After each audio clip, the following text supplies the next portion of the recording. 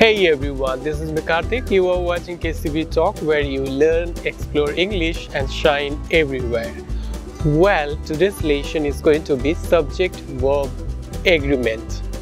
Yes, subject-verb agreement. Agreement মানে তো বোঝা একটা চুক্তির মতন ব্যাপার। এখানে গ্রামারে সাবজেক্ট আর ভার্বের মধ্যে এরকমই কিছু চুক্তি আছে, এরকমই কিছু সম্পর্ক আছে যেটা আমরা আজকে বুঝবো। So, let's start.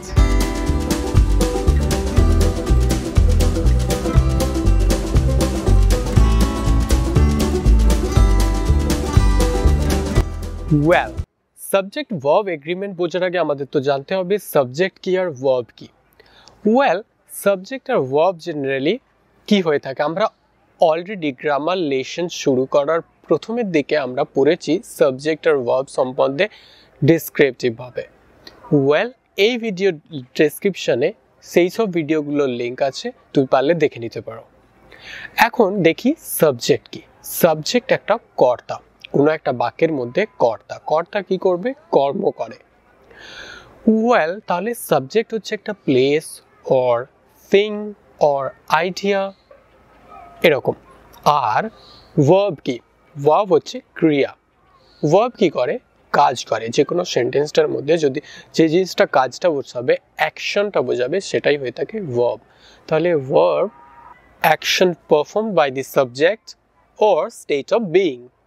চলো একটা এক্সাম্পল বলি। Rahim plays football everyday. Rahim plays football everyday. এখানে সাবজেক্ট তো আমরা বুঝতেই পারছি, রহিম কর্তা। ওয়েল, ভার্ব কোনটা হবে, ক্রিয়া কর্ম, এখানে খেলাটা। রহিম প্লেজ ফুটবল এভরিডে, এখানে প্লেজটা হচ্ছে ভার্ব। একটা জিনিস লক্ষ্য করেছো, এখানে আমরা প্লেজ বসিয়েছি, একটা এস যোগ করেছি। আমরা তো জানি প্লে মানে খেলা, এখানে আমরা এস বসিয়েছি কেন? এইখান থেকে শুরু হয় সাবজেক্ট আর ভার্বের এগ্রিমেন্টটা। চলো, সাবজেক্ট ভার্ব এগ্রিমেন্টে আমাদের একটা জিনিস জানা খুব প্রয়োজনীয়। First person singular or and plural, second person singular and plural, third person singular and plural. আজকে আমরা অনেকগুলো নিয়ম শিখব, যেগুলো আমরা সেন্টেন্সে সাবজেক্ট ভার্ব এগ্রিমেন্ট অনুযায়ী ব্যবহার করব আর স্পোকেন ইংলিশ আমাদের ইমপ্রুভ করব। এখন দেখে নিই ফার্স্ট পারসন কোনগুলো। ফার্স্ট পারসন শুধুমাত্র হবে আমি ফার্স্ট পারসন। আচ্ছা, ফার্স্ট পারসন এটা তো সিঙ্গুলার, একা বোঝাচ্ছে। যখন ফার্স্ট পারসন প্লুরাল বলবো তখন আমরা বলবো আমরা, উই।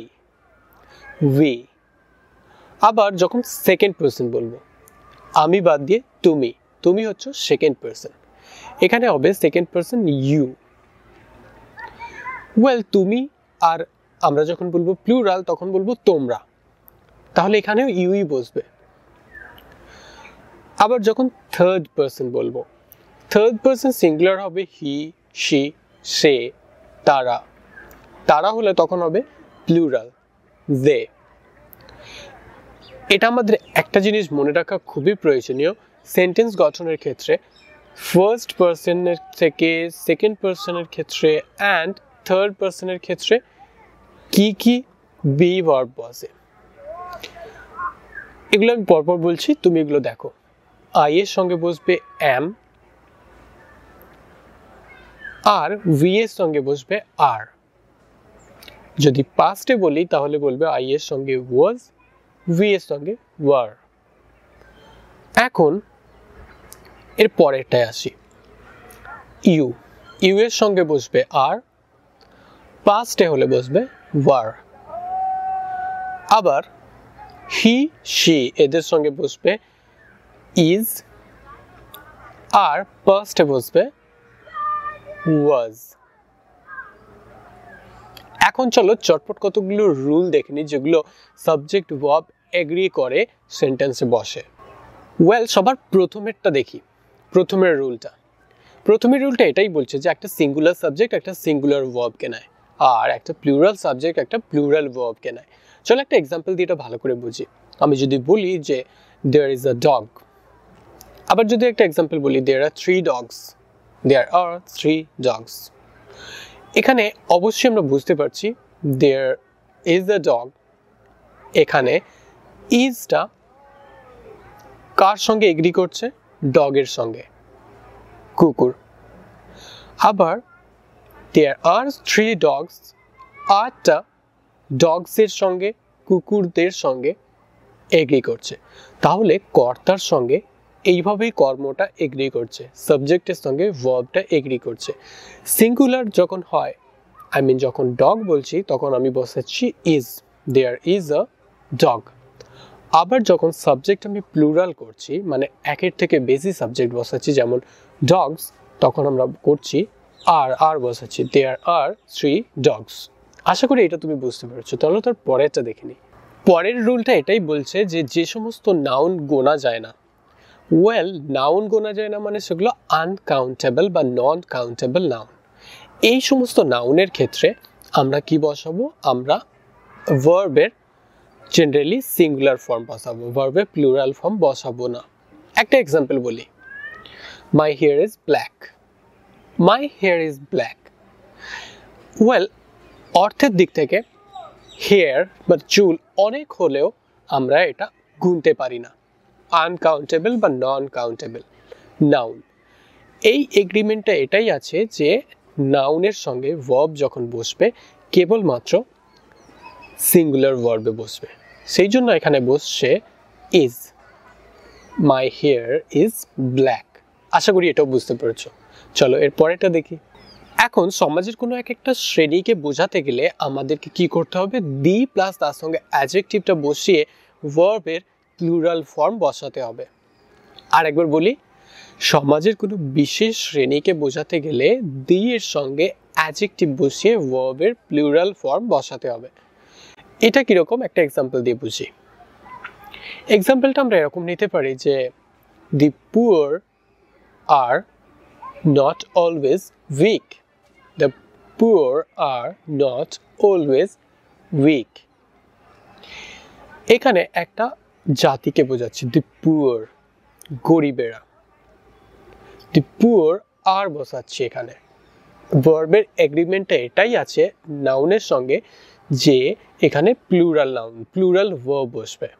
এর পরের রুলটা এটাই যে দুটো সাবজেক্ট যখন একটা অ্যান্ড দিয়ে যুক্ত থাকবে, দুটো সাবজেক্ট যখন একটা অ্যান্ড দিয়ে যুক্ত থাকবে তখন ভার্বটা প্লুরাল ফর্ম নেবে। আমরা এক্সাম্পল হিসেবে এরকম বলতে পারি যে Ram and Rahim are 2 friends.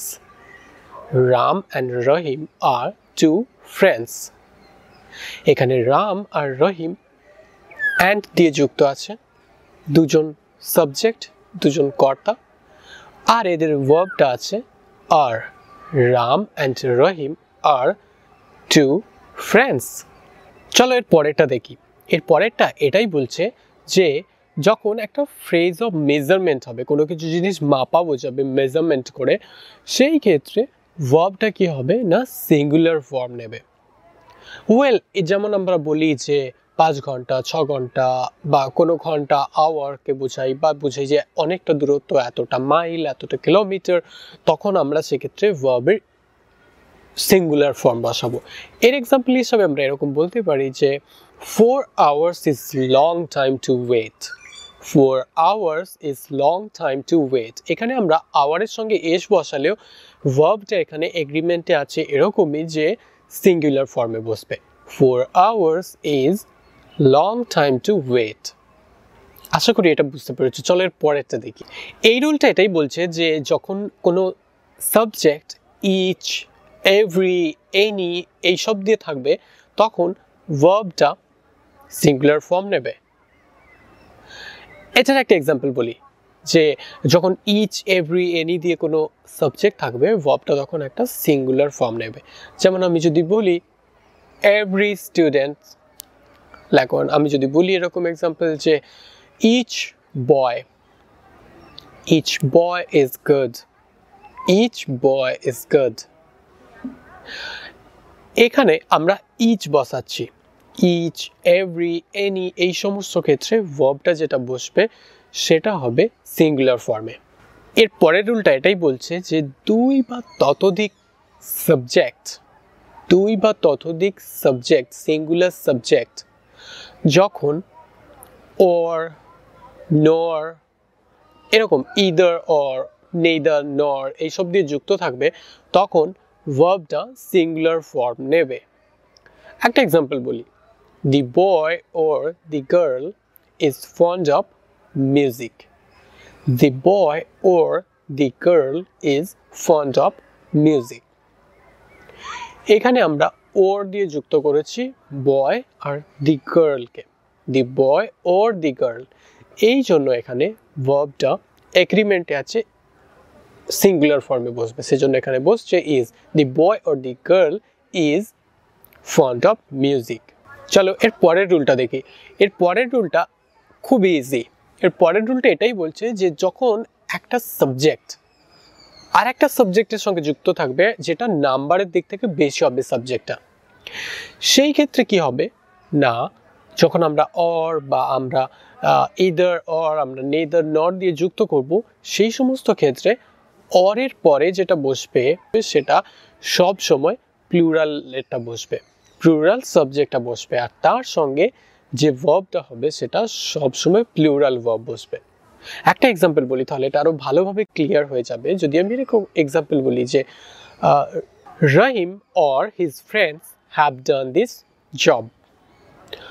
Rahim or his friends have done this job. এখানে আমরা প্রথমে বসাচ্ছি রহিম, এটা সিঙ্গুলার সাবজেক্ট, তারপরে অর বসাচ্ছি আর তারপরে বসাচ্ছি plural subject Rahim or his friends। তারপরে আমরা ভার্বটা যেটা বসিয়েছি have, Rahim or his friends have done this job। তাহলে এটা আমাদের কাছে খুব ইজি। আমি আরেকবার বলছি এই রুলটা, যে যখন কোনো একটা সিঙ্গুলার সাবজেক্ট একটা প্লুরাল সাবজেক্টের সঙ্গে অর দিয়ে যুক্ত থাকবে তখন সব সময় প্লুরাল সাবজেক্টটা অরের পরে বসবে, আর যে ভার্বটা বসবে সেই ভার্বটা সব সময় প্লুরালে হবে।